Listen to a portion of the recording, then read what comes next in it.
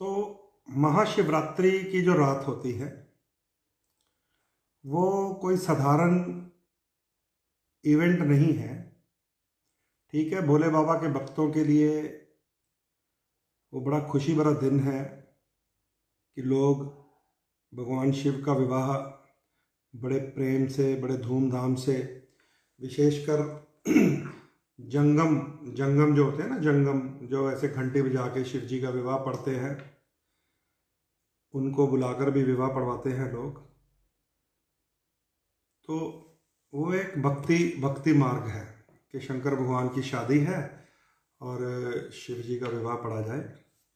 और बहुत सारे लोग उस दिन विशेषकर रात्रि समय शिव जी का अभिषेक करते हैं, रुद्र अभिषेक भी करते हैं। और ज्योतिष शास्त्र के अनुसार जब चलते हैं तो अलग अलग वस्तुओं से करते हैं। कोई दूध से करता है, कोई दही से, कोई मक्खन से, कोई खीर से, कोई शहद से, और गन्ने के रस के साथ भी। इन सब का ग्रहों के साथ संबंध है। ये कोई साधारण चीज़ नहीं है, क्योंकि हम भक्ति भाव में होते हैं। हम मंदिर जाते हैं, मंदिर वाले पंडित जी को पूछ लेते हैं कि रुद्राभिषेक करवा लिया जाए, वो कहते हैं हाँ करवा लिया जाए। अगर कहीं आप अपनी कुंडली को भी बीच में समावेश करवा लें कि जो बैठकर भगवान शिव को श्रृंगी से अपने भाव अर्पित करेगा, उस श्रृंगी में क्या जाएगा? दूध जाएगा, शहद जाएगा, घी जाएगा, मक्खन जाएगा, गन्ने का रस जाएगा। अगर आपको ये रहस्य भी पता चल जाए तो आपकी कुंडली के जो खराब ग्रह हैं वो भी काबू में आ जाएंगे। दोस्तों, फ़ोन मत करो, मैं नहीं उठाने वाला। अब 15880 नंबर से कोई कॉल कर रहा है, बंद कर दो, नहीं उठाऊंगा मैं, क्योंकि एक एक कॉल बहुत डिस्टर्ब करती है। आपकी बातें भी अजीब अजीब होती हैं।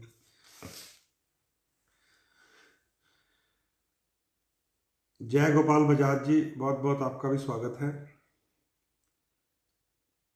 तो ये आप जो मैं बताने जा रहा हूँ ना, इसको आप समझ लीजिए, क्योंकि शिवरात्रि का दिन है और उन लोगों के बड़ा काम आएगा जिनकी कुंडली में राहु और केतु का दोष होता है। राहु और केतु का जो मुख्य दोष होता है उसको कहते हैं काल सर्प दोष, कि सारे ग्रह राहु और केतु के बीच में एक तरफ बंद हो जाए। वो बड़ी स्ट्रगलिंग कुंडली होती है, बहुत ज़्यादा। और जिस घर में राहु घूम रहा होता है उस घर में परेशानी दे देता है। किसी की विवाह के घर में होता है, 7वें घर में, और कुंडली काल सर्प दोष में बंद होती है तो तलाक तक नौबत पहुंच जाती है, पेट के ऑपरेशन तक करवा देता है। किसी के धन स्थान में होता है राहु ग्रह, तो उसका सारा धन खराब हो जाता है राहु के समय में, अगर काल सर्प दोष वाली कुंडली के दूसरे स्थान में राहु हो। किसी के कर्म स्थान में राहु ग्रह होता है, कारोबार के घर में, 10th हाउस में, और काल सर्प की कुंडली हो और उसका समय आ जाए राहु का, तो कारोबार बिल्कुल, बड़े बड़े कारखाने ताले लग जाते हैं। इसलिए ध्यान रखो, कुंडली के 12 घर हैं जो, वो हमें 12 तरह का सुख और दुख बताते हैं। और शंकर भगवान के जो प्रमुख दिन हैं, जिसमें सोमपति अमावस्या है, नाग पंचमी है, गुग्गा नौमी है, और जो महाशिवरात्रि है, ये शंकर भगवान के नियंत्रण के प्रमुख दिन हैं। भगवान शिव के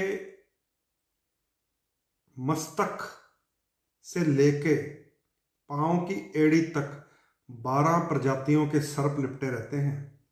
उनकी जटा में कौन है, उनके गले में कौन है, उनके बाजुओं पे कौन है, उनकी छाती पे कौन है, यही है जो काल सर्प दोष वाले आपको बताते हैं ना कि तुम्हारी कुंडली में अनंत काल सर्प दोष है, तुम्हारी कुंडली में घातक काल सर्प दोष, तुम्हारी कुंडली में विषधर काल सर्प।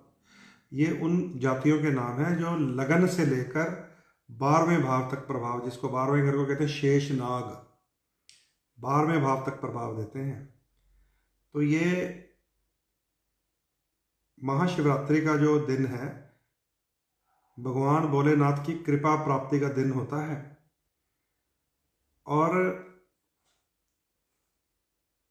भगवान भोलेनाथ भूत नाथ के वेश में गए थे, आप सबको पता ही है।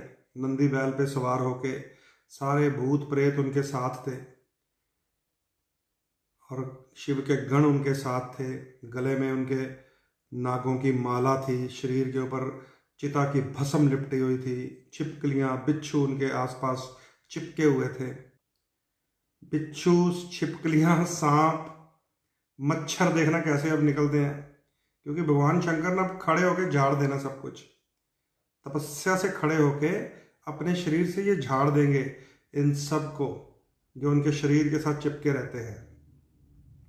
और शंकर भगवान को क्या चढ़ेगा? आक, भांग, धतूरा, बेलपत्री, समझते हैं ना? क्योंकि जब सागर मंथन में से विष निकला था तो हलाहल विष को पीने वाले भोलेनाथ थे, तभी तो उनका गला नीला हो गया था, जिसको नीलकंठ कहा गया है भगवान शिव के कंठ को। और जब वो विष की बूंदें वनस्पतियों पे गिरी तो क्या बन गया? वो भांग बन गई, आक बन गई, धतूरा बन गई, विषैली वनस्पतियां बनी। और जिन रेप्टाइल्स ने वो पी लिया वो सर्प बन गए, बिच्छू बन गए, कीड़े बन गए, जहरीले नाग बन गए, क्रोकोडाइल्स बन गए, रेप्टाइल्स बन गए, छिपकली बन गई। ये वो विष पिए हुए हैं, ये वनस्पतियां भी और ये कीट पतंगे भी। और जब फिर शंकर भगवान सावन के महीने के बाद तपस्या पर बैठते हैं तो ये दोबारा उनको जाके चिपक जाते हैं उनके शरीर के साथ। और जब ये फागुन के महीने की त्रयोदशी आती है और माँ पार्वती का जब संकल्प पूरा होने का समय आता है तो शंकर भगवान फिर खड़े होकर अपने शरीर से इन सबको झाड़ देते हैं। और जैसे ही शिव जी झाड़ेंगे आपको आपकी दीवार पे छिपकली दिखाई देगी, मच्छर, मक्खियाँ और विषैले सर्प भी घूमते दिखाई दे सकते हैं। तो इन जितनी ये विषैले कीट पतंगे सर्प हैं, इनका संबंध है किसके साथ? आपकी कुंडली के 9 ग्रहों के साथ। और उस कुंडली में होते हैं राहु और केतु, सर्प का मुख और सर्प की पूंछ। और जो सर्प की बॉडी होती है वो होती है शनि। मुख कौन है? Dragons face. ड्रैगन्स फेस मुख जो है वो राहु है। एंड ड्रैगन्स टेल, हेड के बाद टेल, ड्रैगन्स टेल जो है वो केतु है। और ड्रैगन्स बॉडी जो है वो शनि है। तो ये आपकी कुंडली के अंदर होता है सारा कुछ। और जिसका नाम ही जन्म कुंडली है, कुंडली, कुंडली, कुंडली कौन मारता है? स्नेक। तो सर्प जो कुंडली मार के बैठता है, इसका मतलब यह है कि आपको वो कुंडली खोलनी है। साधक कहते हैं कि कुंडलनी खोलनी है। जो 7 चक्रों का अभ्यास करते हैं वो कहते हैं कुंडलनी खोलनी है। और ज्योतिषी कहता है कि कुंडली खोलनी है। और ये कुंडलनी हो या कुंडली हो, इसका संबंध भगवान भोलेनाथ के साथ लिपटे हुए सर्पों के साथ है, ये याद रख लीजिए। इसलिए कुंडली में बने हुए दोष जो राहु और केतु के कारण बनते हैं। आपको रोचक बात बता देता हूं कि भगवान का जो विवाह था, पहले भी मैंने एक बार बताई थी, तैयारी होने लग गई कि भगवान का विवाह है, सब बाराती जाएंगे। तो नंदी महाराज जो शिव जी के पीए हैं, एक्चुअल पीए शिव जी के नंदी जी हैं, रियल गण, उनके हाथ में होता है सारा अरेंजमेंट शंकर भगवान का। शंकर जी के मंदिर के अंदर प्रवेश करने से पहले नंदी बाबा के चरणों को छूना पड़ता है। और प्राचीन शिवालय अगर आप देखेंगे तो अगर अंदर केदारनाथ के शंकर जी बैठे हैं, सोमनाथ के अंदर शंकर जी बैठे हैं, किसी भी ज्योतिर्लिंग के अंदर शंकर भगवान है, तो बाहर नंदी बाबा होंगे। तो नंदी बाबा के जो चरणों को पहले स्पर्श करना पड़ता है, आज्ञा लेनी पड़ती है, तब जाकर शंकर भगवान के दर्शन करने का फल मिलता है। तो नंदी बाबा लिस्ट बना रहे थे कि कौन कौन जाएगा शिव जी की शादी में। उन्होंने 3 नाम काट दिए, 3 नाम काट दिए। किसका किसका? एक राहु का, एक केतु का, और एक शंकर जी के प्रिय विद्यार्थी स्टूडेंट शनि महाराज का। ये तीनों छोटे छोटे बालक के रूप में, बच्चों के रूप में शिव जी के आसपास खेलते थे। शनिदेव तो तपस्या भी करते थे वहां पे। तो नंदी बाबा ने बारात में से 3 नाम काट दिए कि ना तो शिव जी की शादी में शनिदेव जी जाएंगे, ना राहु महाराज जी जाएंगे, ना केतु जी जाएंगे। क्यों? क्योंकि ये तीनों हुड़दंगी हैं, ये तीनों शरारती हैं। ये तीनों जहां जाएंगे वहां कोई ना कोई मुसीबत खड़ी करेंगे, चाहे वो शंकर जी के लिए खड़ी कर दें, तो चाहे जिसके घर जाएंगे उसके लिए खड़ी कर दें। तो जब इन तीनों को पता चला कि नंदी बाबा ने तो हमारा नाम ही काट दिया, हमें तो बारात में लेके नहीं जाने वाले, तो नारद मुनि के पास चले गए। तो नारद जी को बोले कि बाबा का विवाह है, शंकर भगवान की शादी है, नंदी बाबा सारा इवेंट अरेंज कर रहे हैं, वेडिंग प्लानर हैं, तो हमें तो इजाज़त नहीं मिल रही, हम क्या करेंगे यहाँ बैठकर। रोने लग गए। नारद मुनि जी ने फिर युक्ति सुझाई कि जाइए सीधा शिव जी के पास और हाई कमांड से आप ऑर्डर ले लीजिए।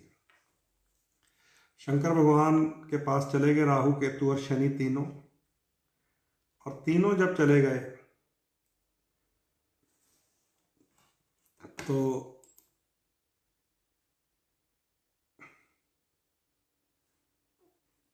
राहु केतु और शनि तीनों जब चले गए, तीनों ने जाकर शंकर भगवान को प्रणाम किया, शिव जी की स्तुति की और प्रार्थना की कि भोलेनाथ हम भी जाएंगे आपकी शादी में।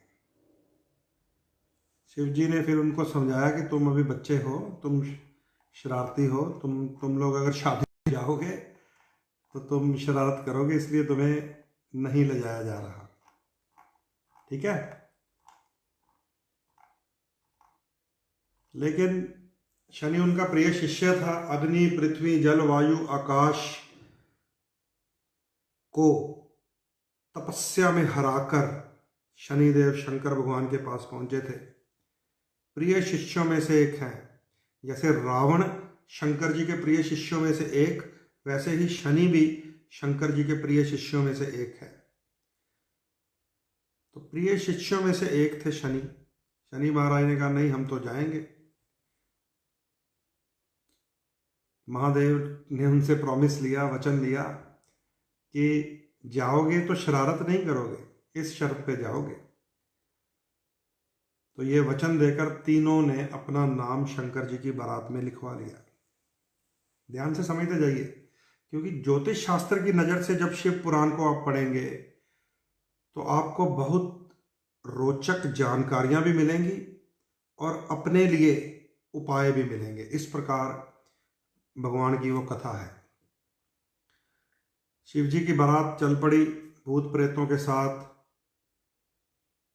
तो शंकर भगवान ने जो पहला कौतुक किया अपने ससुराल के द्वार पर जाकर, वो ये था कि अपनी सासू माँ को जो दर्शन दिए वो 100 साल के बूढ़े बाबा जैसे दिए थे। जटाएं बिखरी हुई, सांप बिच्छू उनके गले में रेंग रहे थे, और भस्म जो ताजी चिता की भस्म उन्होंने लगाई हुई थी। तो अपनी सासू माँ को उन्होंने वो दर्शन दिए थे और वो बेहोश हो गई। वो कहती ये क्या हो गया मेरी बेटी को, किसकी तपस्या कर रही थी, किसके घर में ब्याने जा रही है। और दूर खड़ी माँ पार्वती को कौन दिख रहा था? सुंदर काम रूप शंकर भगवान का, हैंडसम।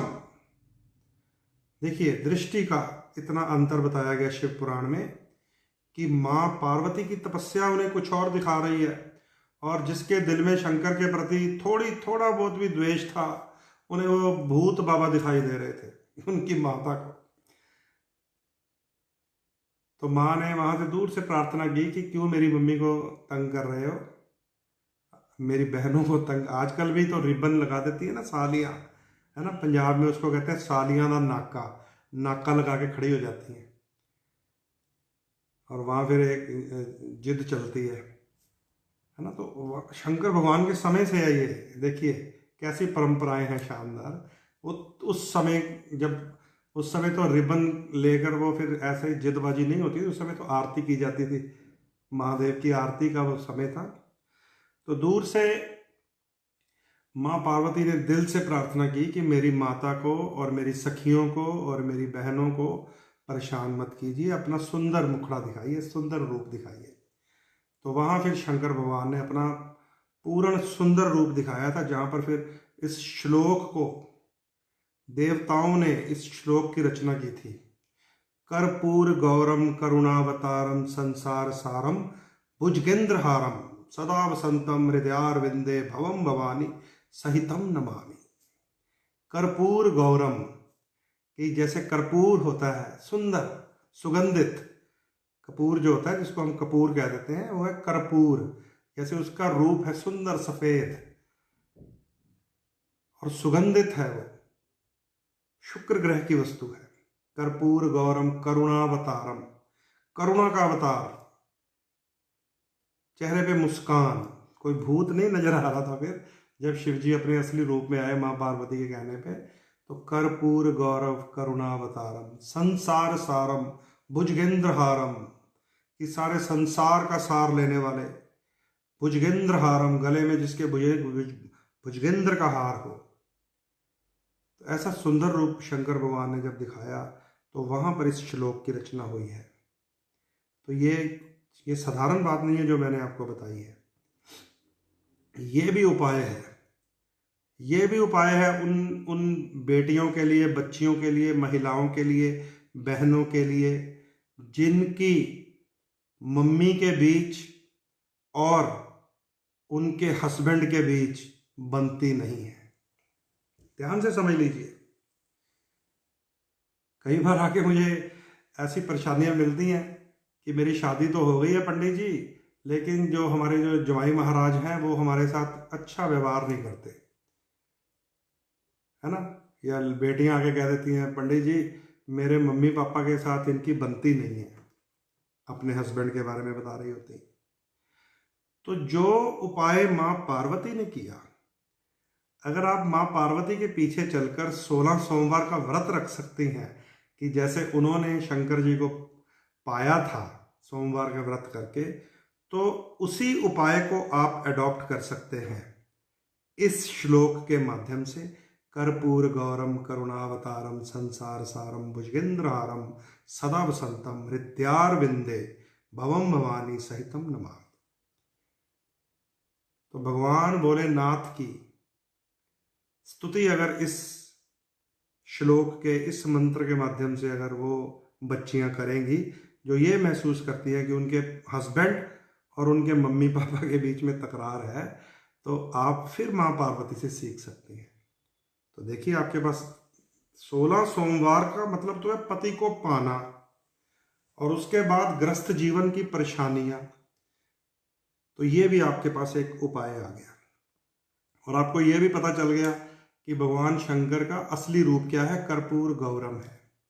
चलिए अब वो अंदर चले गए, प्रवेश कर गए, है ना। माँ को सुंदर रूप का दर्शन हुआ, माता भी प्रसन्न हो गई कि शुक्र है कि मेरी बेटी की शादी सुंदर दूल्हे के साथ हो रही है। सुंदर रूप के दर्शन हुए तो माँ को भी सुख शांति आई, मन उसका शांत हुआ। फिर वो चले गए अंदर, अंदर जाकर लगन मंडप पर बिठा दिया गया शंकर बाबा को, और ब्रह्मा जी ने वेदी बनाई हुई थी उनकी, जो पंजाब में कहते हैं लावा फेरे करवाने के लिए, ठीक है। तो वो उधर एक अलग घटना चल रही थी, आपको मैं अलग घटना बताऊंगा कि 3 जो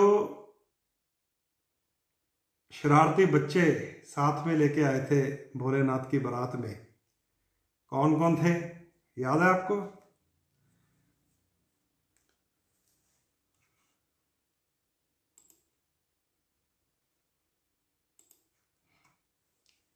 तीन बच्चे, राहु केतु और शनि,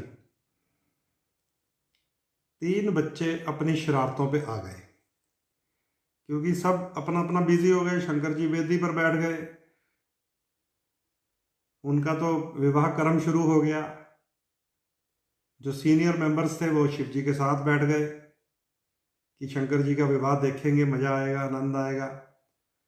लेकिन ये तीन शरारती जो थे, राहु, केतु और शनि, वो कहते चलिए इंस्पेक्शन करते हैं, हम जाके इंस्पेक्शन करते हैं कि बारातियों को खाना क्या मिलेगा। ठीक है, तो ये तीनों रसोई में घुस गए। कोई इस तरफ चला गया, कोई उस तरफ चला गया, कोई हलवाई के पास चला गया, कोई कढ़ाई के पास चला गया। तो राहु जो था, राहु की बात आप समझ लीजिए। राहु जो चला गया हलवाइयों के पास, शिवजी के विवाह की बारात के भंडार कक्ष में घुस गया और वहां उन्हें कहने लगा कि मुझे टेस्ट कराओ, आपने क्या क्या बनाया हमारे लिए, क्या खिलाओगे हमें। और हलवाई हंसने लग गए कि अकेला गर्दन है, अकेली गर्दन, सिर कहीं है धड़ कहीं है, अकेली गर्दन है, ये क्या टेस्ट करेगा। तो जो वहां पे महाराज जी बना रहे थे वो हंसना शुरू हो गए। उन्होंने क्या, कर लो भैया, टेस्ट कर लो, बोलो क्या टेस्ट करना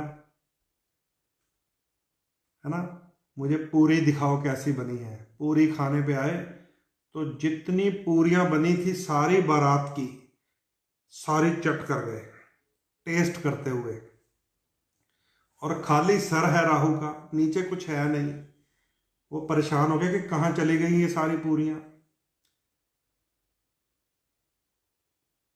फिर कहता मुझे अब सब्जी बताओ क्या बनाई है साथ में, है ना। पूरी के साथ जो भाजी बनी थी, चने बने थे, उनको टेस्ट करते करते सारी सब्जी भाजी चट कर गया, सारी जितनी बारात आई थी। फिर कहता मुझे अब बताओ कि मिठाइयाँ क्या बनाई हैं आपने दूल्हे राजा के लिए, शंकर जी के लिए और बारात के लिए।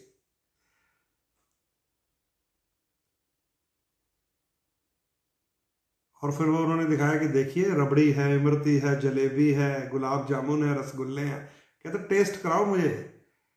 तो राहु महाराज जी फिर मीठे की तरफ गए तो सारी रबड़ी, इमरती, जलेबियां, गुलाब जामुन सारी बारात के 100 टोकरे खा गए।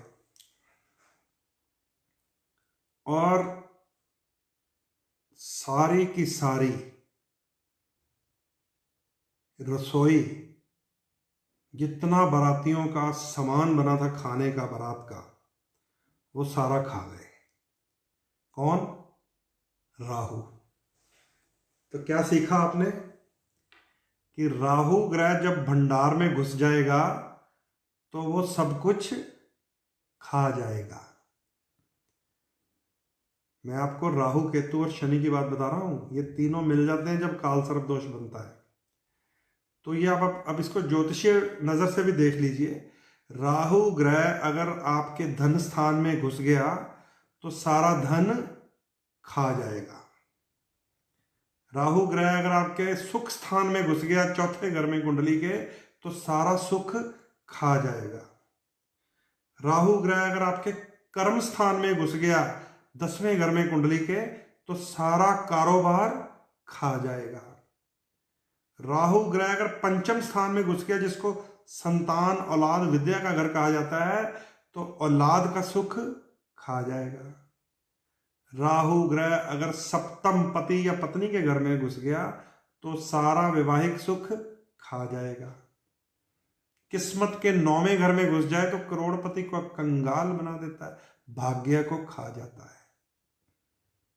तो ऐसे राहु ग्रह जिस कमरे में घुसा, वहां उसने कमरे के कमरे खा गया, सारा भंडार खा गया।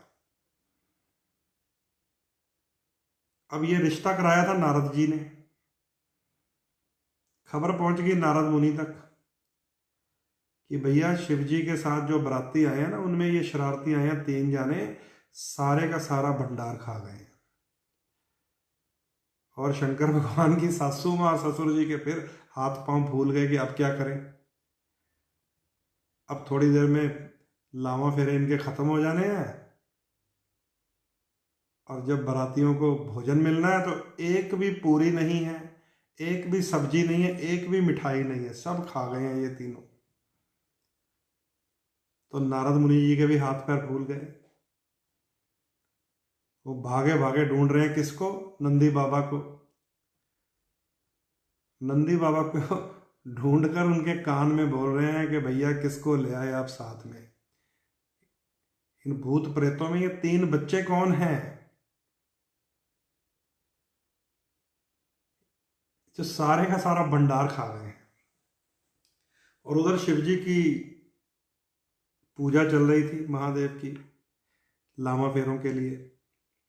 नंदी बाबा शंकर भगवान के पास गए, उनके कान में बोला कि महाराज जी, आप जो बच्चे लेके आए ना साथ में, आपके ससुराल का सारा भंडार खा गए हैं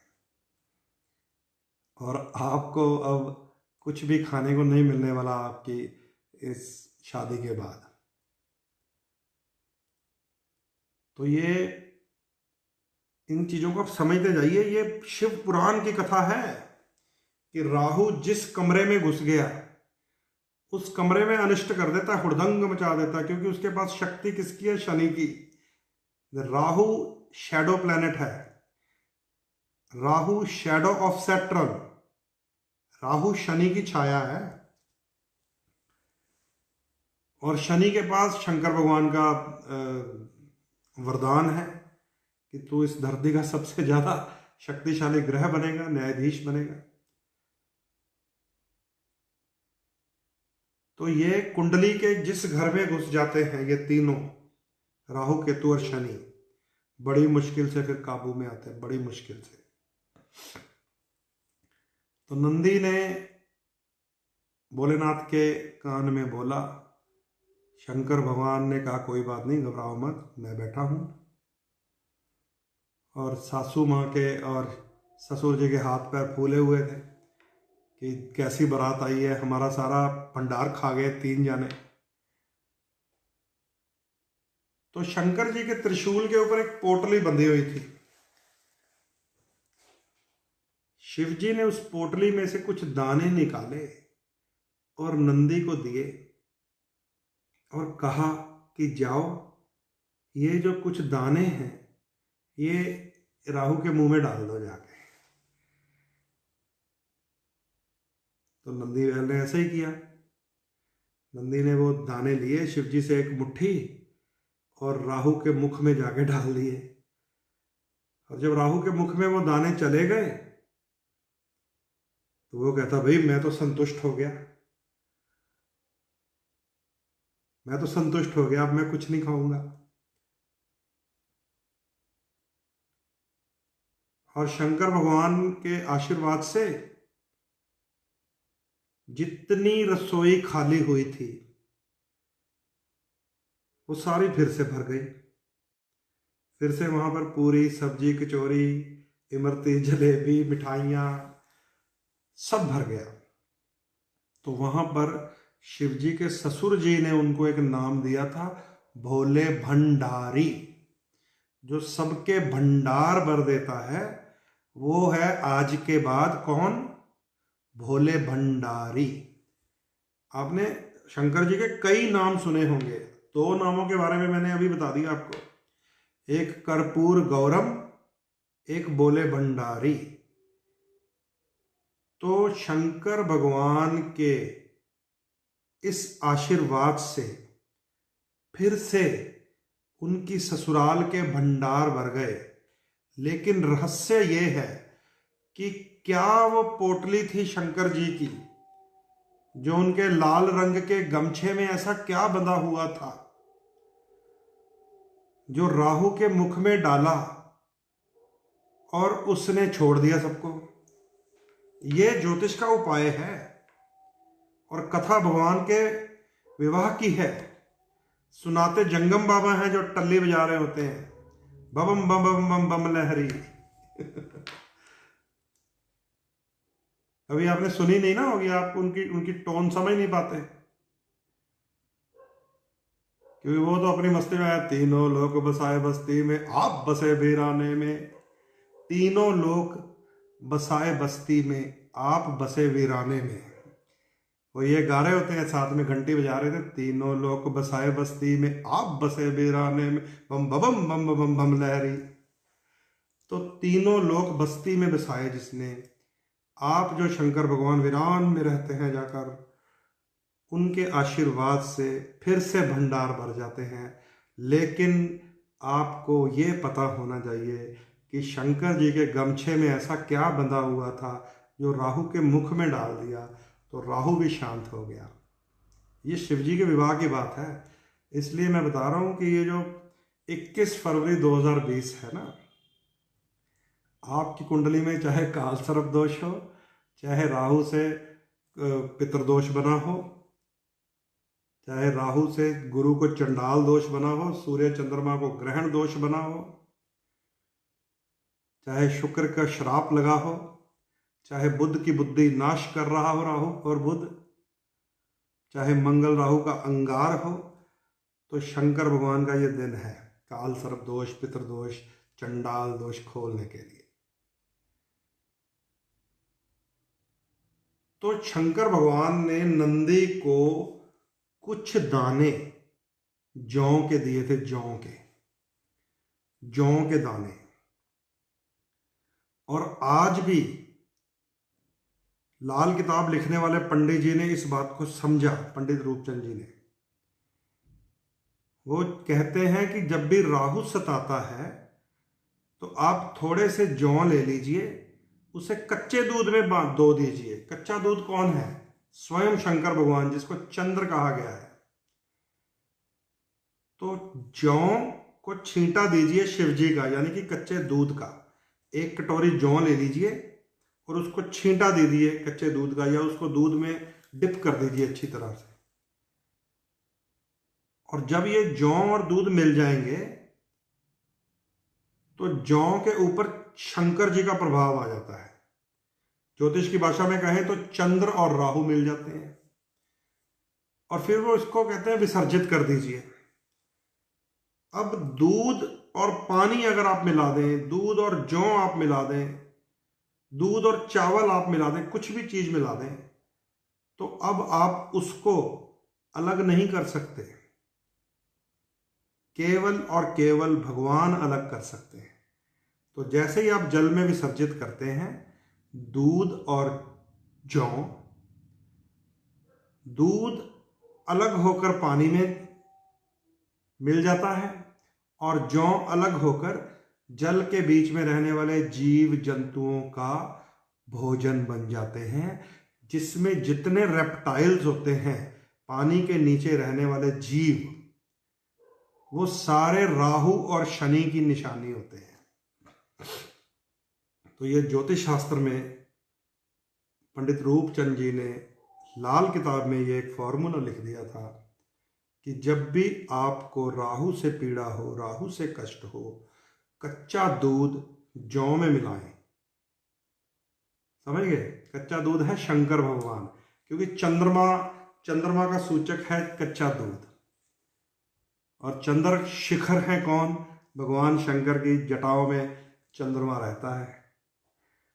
तो जौ राहु के मुंह में डाल दिए थे नंदी बैल ने जाकर, और राहु शांत हो गया था। और ये देखो उपाय है ये, ठीक है। तो आपने 2 उपाय समझ लिए होंगे कि जब शंकर जी द्वार पे खड़े थे, अपना बूढ़े बाबा का रूप बनाकर आए थे, तो उन्होंने फिर दर्शन दिए मां पार्वती के कहने पे, सुंदर काम रूप के। तो वहां पे क्या मंत्र काम आएगा? कर्पूर गौरम करुणावतारम संसार सारम भुजगेंद्रहारम सदा वसंतम भवम भवानी सहितम नमामि। कि मां भवानी के साथ शंकर जी को नमस्कार बुलाया जाता है, तो वो तालमेल पैदा करता है परिवारों में, ठीक है। करुणा का अवतार बनाया उन्होंने जमाई राजा को, कर्पूर गौरम सुंदर रूप बनाया उन्होंने अपने पति देव का, मां पार्वती ने, तो जाकर उनकी माता पिता ने उनको स्वीकार किया था। और विवाह के बीच की जो घटना मैंने आपको बताई, बहुत सारी घटनाएं हैं शंकर भगवान का। मैंने यहाँ पे पुराण खोल दिया तो शायद मुझे कई दिन लग जाएंगे। उनको पूछ लिया था कि तुम्हारे माँ बाप का नाम बताओ, मैंने संकल्प करना है। ब्रह्मा जी ने पूछ लिया कि शिव जी महाराज जी, आपकी शादी होनी है, पिता का नाम चाहिए। संकल्प होगा तो जाकर मंगलम भगवान विष्णु मंगलम गरुड़ ध्वजा शुरू होगा, नहीं तो नहीं होगा। तो बड़ी घटनाएं हैं, बड़ी बड़ी रोचक घटनाएं हैं, और ये आनंदमयी घटनाएं हैं। आप किसी जंगम बाबा को बुलाइएगा 21 तारीख को, जंगम बाबा जो घंटी बजा रहे होते हैं, और वो आपसे दक्षिणा हमेशा घंटी के अंदर लेंगे।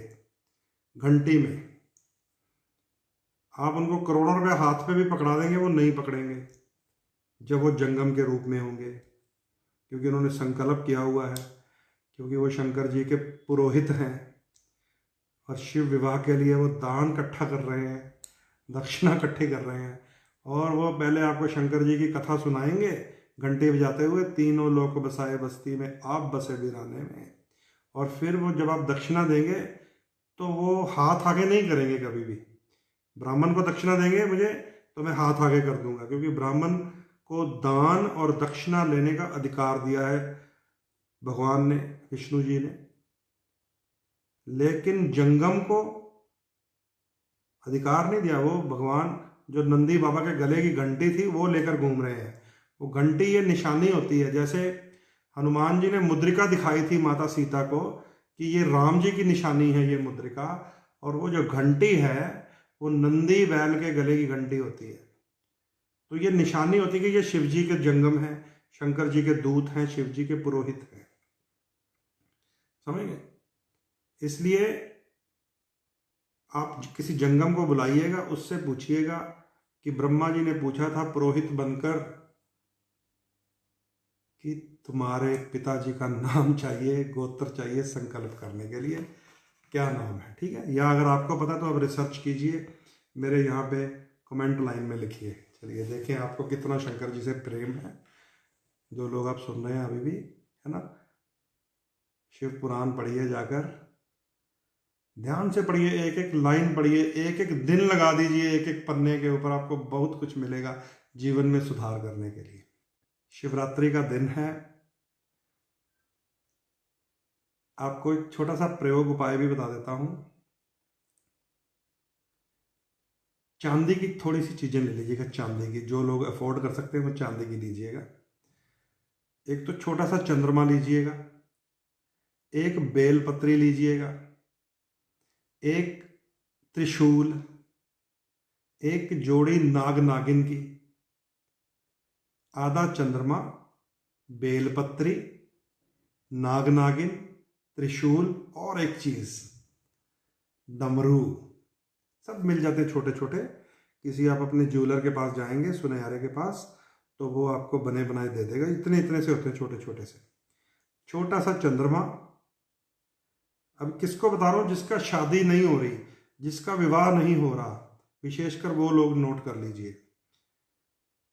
आधा चंद्रमा, त्रिशूल, डमरू, बेलपत्री, नाग नागिन, थोड़े से चावल, कच्चा दूध। ये सारा शंकर जी का दूल्हा बनने का श्रृंगार है ना।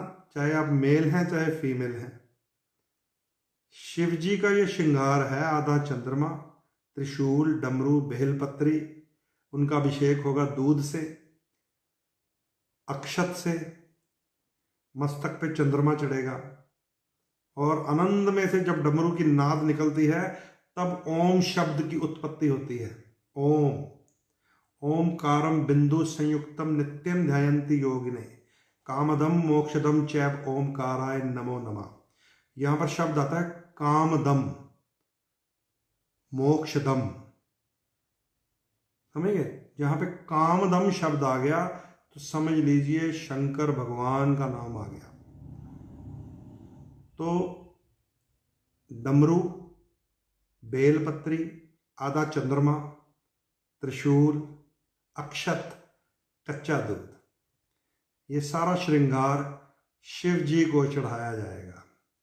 जिन लोगों के विवाह में परेशानी, विवाह नहीं हो रहा, विवाह होने के बाद परेशानी, हस्बैंड वाइफ के बीच में कोई टेंशन, तो ये उपाय आप नोट कर लीजिए। इसमें 2 सर्प भी हैं, चाहे आप 2 सर्प ले लीजिए, चाहे नाग नागिन का जोड़ा लीजिए, मतलब 2 स्नेक्स सिंबल लेने हैं आपको, छोटे छोटे चांदी की तारें होती हैं। अब वो क्या है? वो है काल सर्प दोष, राहु और केतु। तो 2 छोटे छोटे स्नेक्स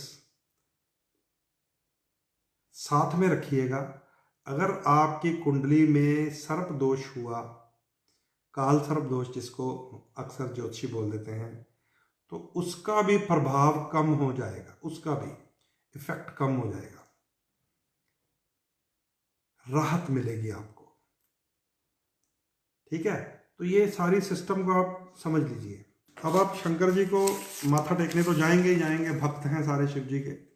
शिवरात्रि में 4 पहर पूजा होती है, पता है आपको? 4 पहर कथा किसी ने अगर सुनी हो, बहेलिए की एक कथा है जिसने 4 पहर शिवलिंग के ऊपर पैर रखकर पेड़ पे चढ़ गया था। वो शिकार ढूंढ रहा था अपने बच्चों के लिए, एक बहेलिया, एक शिकारी। और जब वो पहले पहर अपने घर से आया, पहले पहर मतलब बिल्कुल तड़के तड़के सुबह, तो वो एक पत्थर के ऊपर पैर रखकर एक पेड़ पे चढ़ गया। वो पत्थर जो था वो नीचे शिवलिंग का था, और जो पेड़ था वो बेलपत्री का था। जब उसने शाख को पकड़ा, शाख से कुछ बेल के पत्ते उस शिवलिंग पे गिरे, और ये शिकारी उसके ऊपर पैर रख के ऊपर चढ़ गया, और वहां बैठकर शिकार का वेट करने लगा। दूर से उसको एक हिरनी दिखाई दी। जब वो हिरनी दिखाई दी, वो नीचे उतरा दूसरे पहर। जब वो नीचे उतरा, फिर पेड़ की शाखा हिरी, फिर बेल की पत्री गिरी, और फिर उसने पैर रख दिया शिवलिंग के ऊपर, साधारण पत्थर समझकर। तो फिर उसके ऊपर बेल पत्री चढ़ गई, और इसने भी पैर रख दिया। इसने उस हिरनी को पकड़ लिया उसको मारने के लिए। हिरनी ने प्रार्थना की कि मैं गर्भवती हिरनी हूं, थोड़ी देर में मेरा प्रसव होने वाला है, मैं अपने बच्चे को जन्म दे दूं, मैं तुम्हारे पास फिर से आ जाऊंगी, तब मुझे मार देना, मेरी वेट कर लो। तो ये वेट करने के लिए तीसरे पहर फिर से चढ़ गया पेड़ के ऊपर। चढ़ा उसी प्रक्रिया से था, पेड़ की शाख पकड़ी तो पत्ते गिरे नीचे बेलपत्री के, और फिर शिवलिंग के ऊपर पैर रख के ऊपर चढ़ गए। 3 पहर जब ये इंतजार करता रहा, तो चौथा पहर आ गया। दूर से हिरनी दिखाई दी इसको। अब कहता मेरा शिकार आ गया है, वचन की पक्की है ये हिरनी, अब इसको मैं पकड़ लूंगा। और चौथे पहर फिर शाख पकड़ के नीचे उतरा, तो बेल पत्री फिर नीचे गिरी शिवलिंग पे, और शिवलिंग पे फिर इसने पैर रखा।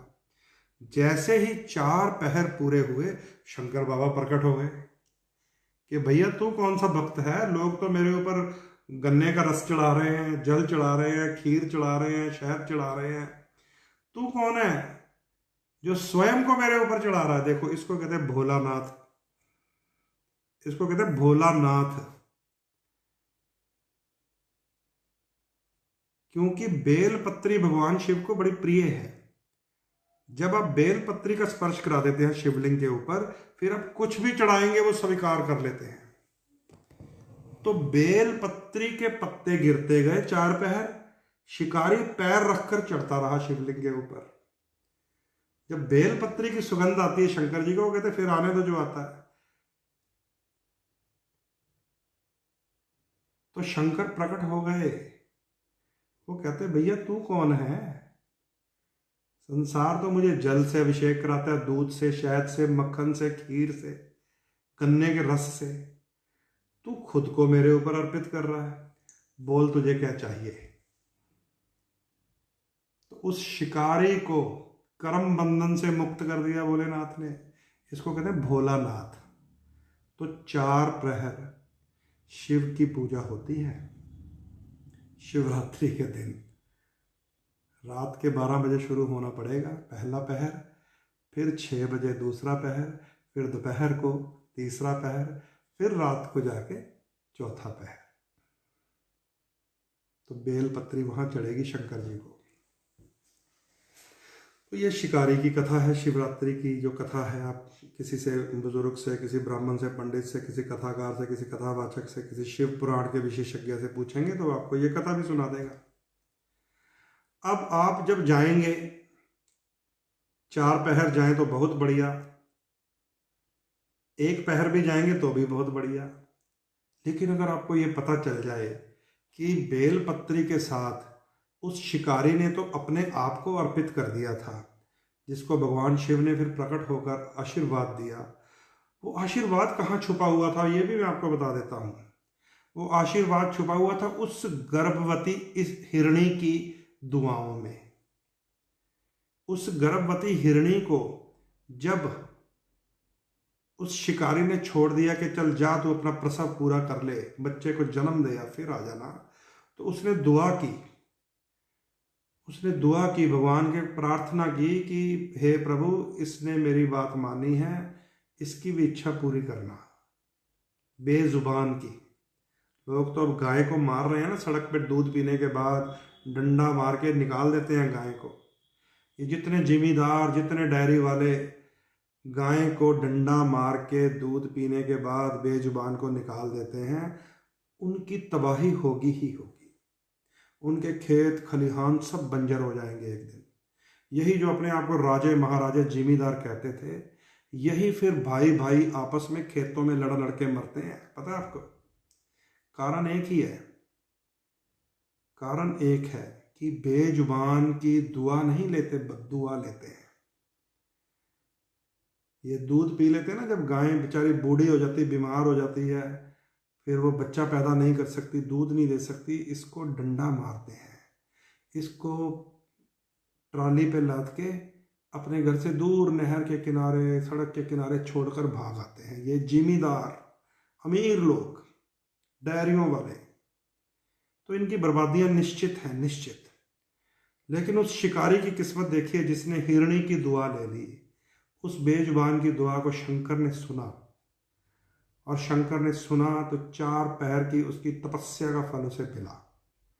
और अगर आपको पता चल जाए कि आपकी राशि क्या है, मेष राशि है, बेलपत्री के साथ क्या चढ़ाए, वृष राशि है तो बेलपत्री के साथ क्या चढ़ाए, मिथुन राशि है तो बेलपत्री के साथ आप क्या चढ़ाएं, तो आपको भगवान भोलेनाथ का वो आशीर्वाद मिल सकता है, वो प्रभाव मिल सकता है, जिसके लिए हम पूरा साल इस 4 प्रहर पूजा का इंतजार करते हैं, प्रतीक्षा करते हैं, वेट करते हैं। तो आप इसको समझ लीजिए।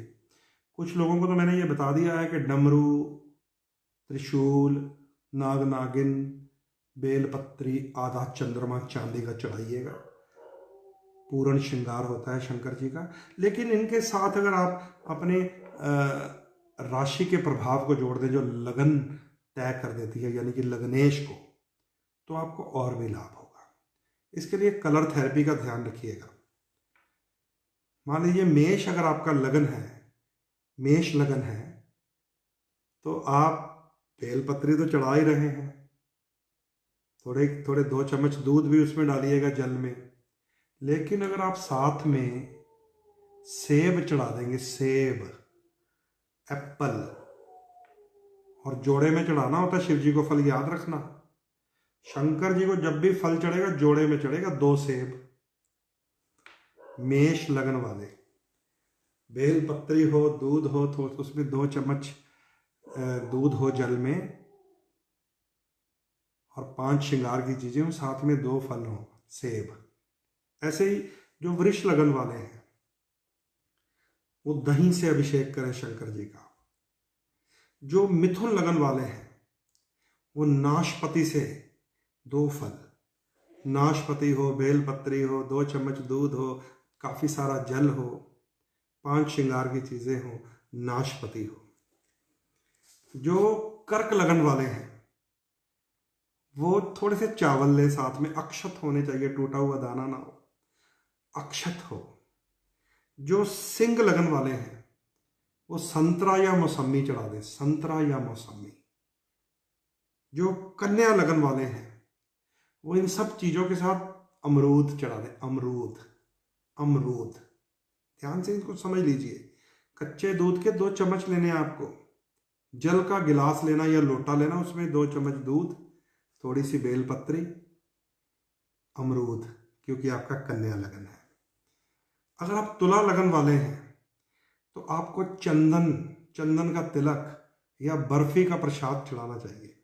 बर्फी, सामग्री वही रहेगी। बेलपत्री पहले अर्पित होती है शिव जी को, फिर शुरुआत होती है, फिर आप कथा में चले जाइएगा। पहले जब वो शिकारी पेड़ की शाख को पकड़ा था, बेलपत्री गिरती थी शिवलिंग पे, उसके बाद वो स्वयं पैर रख देता था।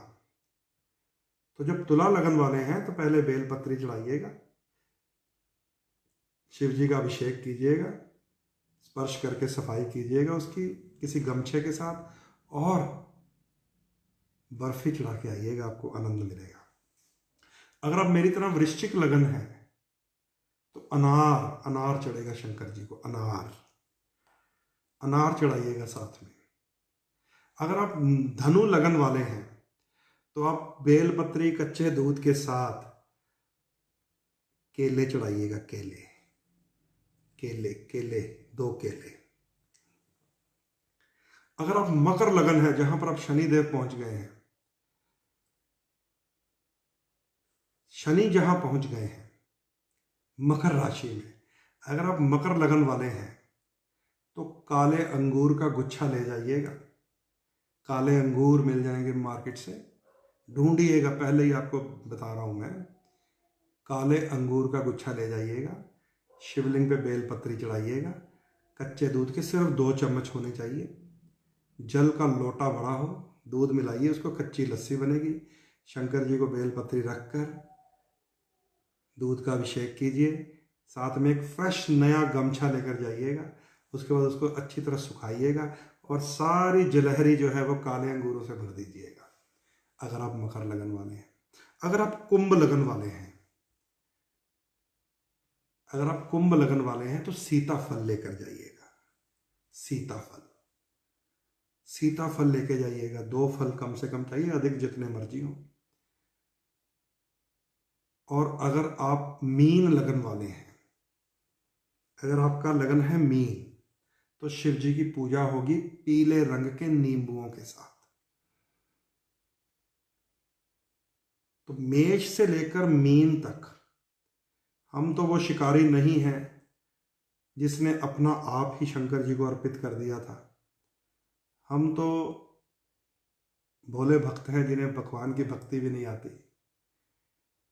लेकिन शास्त्र हमें बहुत ज्ञान देता है। तो ये चीज़ें मैंने आपको सारी बता दी हैं।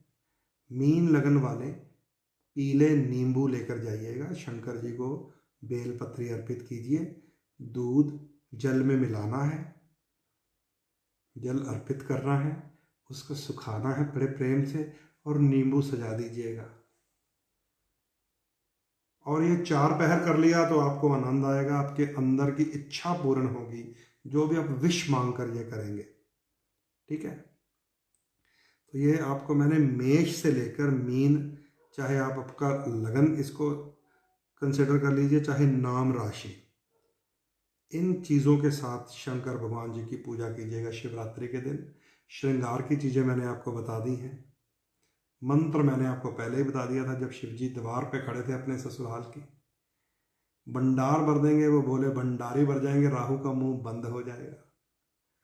तो ये कथा है भगवान शिव की। और अब एक और बात बता देता हूं। जिन लोगों की कुंडलियों में काल सर्प दोष होता है,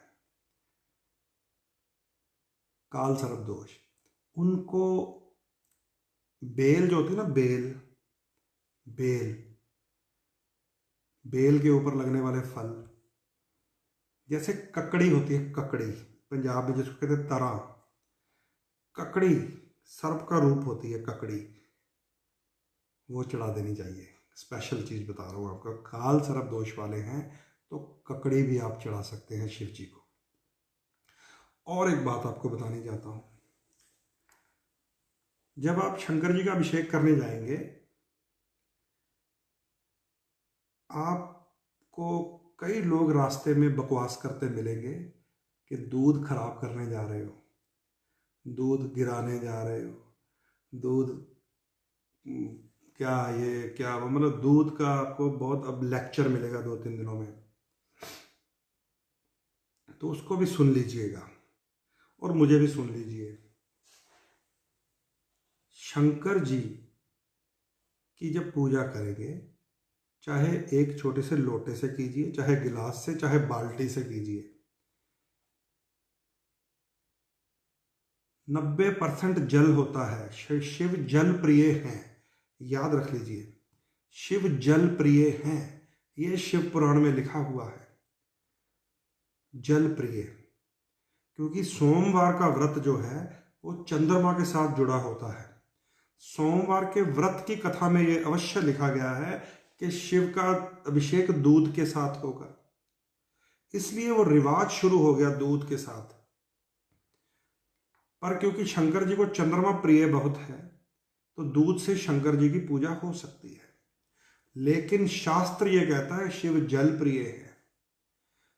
शिव को दूध भी बड़ा प्रिय है, क्योंकि चंद्रमा उनकी शिखा पर रहता है, इसीलिए उनका एक नाम चंद्रशेखर भी है। रावण का जब आप तांडव मंत्र पढ़ेंगे तो वो चंद्रशेखर की पूजा कर रहा था, और वो इतने अहंकार में आ गया था कि वो तांडव करते करते करते करते करते उसने अपने हाथों से कैलाश पर्वत को उठाने का प्रयास किया। शिव जी और पार्वती वो नृत्य उसका देख रहे थे। जब उसने कैलाश को उठाने के लिए हाथ नीचे डाले और थोड़ा हिलाया जब कैलाश को, तो मां पार्वती की आंखों में ललाट थी गुस्से की, क्रोध था। शंकर जी समझ गए, तो शंकर भगवान ने पैर के अंगूठे से टेक लगा दी थी, रावण के हाथ फिर नीचे आ गए थे उसके, समझे। तो चंद्रशिखर है शिव। दूध 90% पानी में 10% डाला जाता है, तब जाके शिव जी की पूजा होती है। आप अपनी इच्छा से 20 लीटर ले जाइए दूध, 50 लीटर ले जाइए, कितना मर्जी ले जाइए, लेकिन जहां भी आप जाएं उस मंदिर में व्यवस्था करें, कोई ड्रम मिल जाए, उस ड्रम में दूध डाल दें और फिर अलग से पानी लें। उस दूध में से 1 लोटा अपने उस पानी के कंटेनर में मिलाएं। 90% पानी चाहिए, 10% दूध। इसको कहते हैं कच्ची लस्सी से शिव जी की पूजा होती है। और जो उधर दूध इकट्ठा होगा वो मंदिर वालों को बोले कि इसको गरीब झुग्गी झोपड़ी वाले बच्चों को पिला देना, तो शिव जी प्रसन्न होंगे, समझे। लोगों के लेक्चर बहुत सुनने को मिलेंगे, वो भी सुनना, और फिर उनको ये बताना कि हम लोग करते क्या हैं, हमारा मकसद क्या है, हम क्या कर रहे हैं, ताकि उनकी जुबान भी बंद हो जाए। हम अपने इष्ट के लिए 5 लीटर दूध निकालें, चाहे 50 लीटर दूध निकालें, इनको तकलीफ होती है ना, तो होने दो, लेकिन हम उसका सदुपयोग करेंगे, दुरुपयोग नहीं करेंगे। 90% पानी, 10% दूध। और मेष लगन वाले सेब, वृष लगन वाले दही, मिथुन लगन वाले नाशपाती, कर्क लगन वाले चावल, सिंह लगन वाले संतरा, कन्या लगन वाले अमरूद, तुला लगन वाले बर्फी, वृश्चिक लगन वाले अनार, धनु लगन वाले केले, मकर लगन वाले काले अंगूर, कुंभ लगन वाले सीताफल, और मीन लगन वाले नींबू ले लें। शिव जी की पूजा करते हैं, 4 पहर करेंगे तो आपको और